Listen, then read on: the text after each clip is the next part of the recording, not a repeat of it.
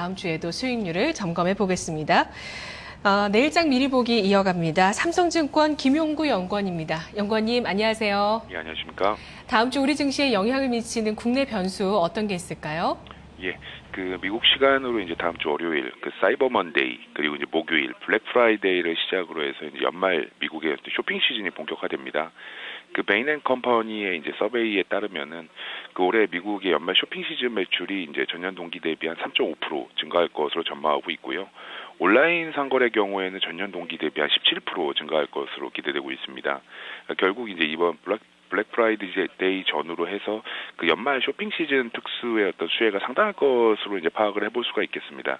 특히 이제 최근에 주택 지표라든지 그리고 제조업 지표 등 이제 미국 경제 지표 전반의 어떤 개선세가 강하게 나오고 있는 만큼 우리 기업들의 어떤 쇼핑 시즌에 맞아서 어떤 수혜의 폭 역시도 확대될 것으로 판단해 볼 수가 있습니다. 과거 이제 코스피 추이 살펴보면은 이제 블랙 프라이데이 전후로 해서 전기전자 업종의 강세를 좀 발견할 수 있었습니다. 특히 이제 태블릿 PC와 그리고 스마트 PC 판매 호조로 디스플레이 패널과 그리고 이제 반도체 그리고 2차 전지 밸류 체인 전반의 어떤 수혜가 강할 걸로 기대가 되고요. 따라서 어떤 다음 주 투자 전략적인 측면에서 해당 관련주들을 한번 좀 주목해 볼 필요가 있지 않나 판단합니다. 네, 국내 변수는 IT네요. 블랙 먼데이. 블랙 프라이데이. 네, 잘못 얘기했습니다. 블랙 먼데이는 안 좋은 거죠. 블랙 프라이데이, 또 사이버 먼데이. 이런 것들 효과가 아직 끝나지 않았다. 우리 IT주들 좀 더 주목하는 것이 다음 주 국내 변수다라고 정리해 주셨고요. 해외 변수는 어떤 게 있을까요? 어떤 걸 봐야 됩니까? 예. 다음 주 주시해야 할 이제 해외 변수는 26일에 있을 20일 유로존 재무장관 특별회의의 어떤 속개하는 어떤 회의가 될 것으로 판단합니다. 이전 회의에서 그리스 구제금융과 관련해서 이제 이견과 그리고 갈등이 표출화되었었고 어떤 최종 합의안이 좀 제시되지 못했었습니다. 근데 최근 이제 부각되고 있는 이제 쟁점사항들은 좀 다음과 같습니다. 그러니까 그리스의 국가 채무 비율을 좀 비교적 안정적인 수준이라고 판단되는 120% 수준까지 좀 도달하는 기간을 애초에 이제 IMF 주장대로 좀 2020년까지 설정이 되었었던 것을 이제 유로존은 이를 이제 2년 더 늘려서 2022년까지 연장시킬 것을 좀 주장하고 있는 상황인데요.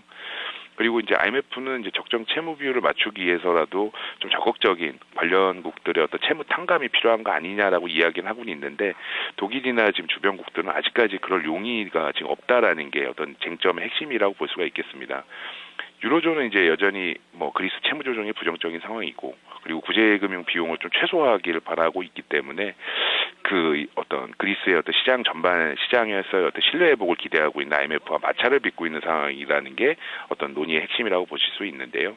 저희는 26일 특별회의를 통해서 유로존과 IMF의 주장이 좀 조율된 어떤 합의안이 제시될 걸로 보고 있고요. 한 310억에서 한 440억 유로의 어떤 구제금융 자금이 좀 집행될 수 있지 않느냐라고 기대하고 있습니다.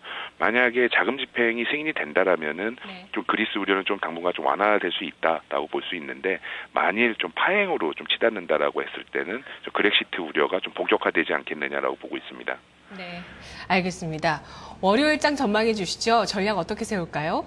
예, 저희는 일단 미국 재정절벽 타개와 그리고 그리스 이슈의 어떤 궁극적 해법 제시는 좀 즉각적인 해결책 도출보다는 좀 시간과 절차를 갖고 좀 점진적으로 해결되는 시나리오를 보고 있고요. 이 경우에는 지수적 측면에서 한 1830에서 한 2000포인트 박스권 안에서 좀 지수가 움직이지 않겠느냐라고 보고 있습니다.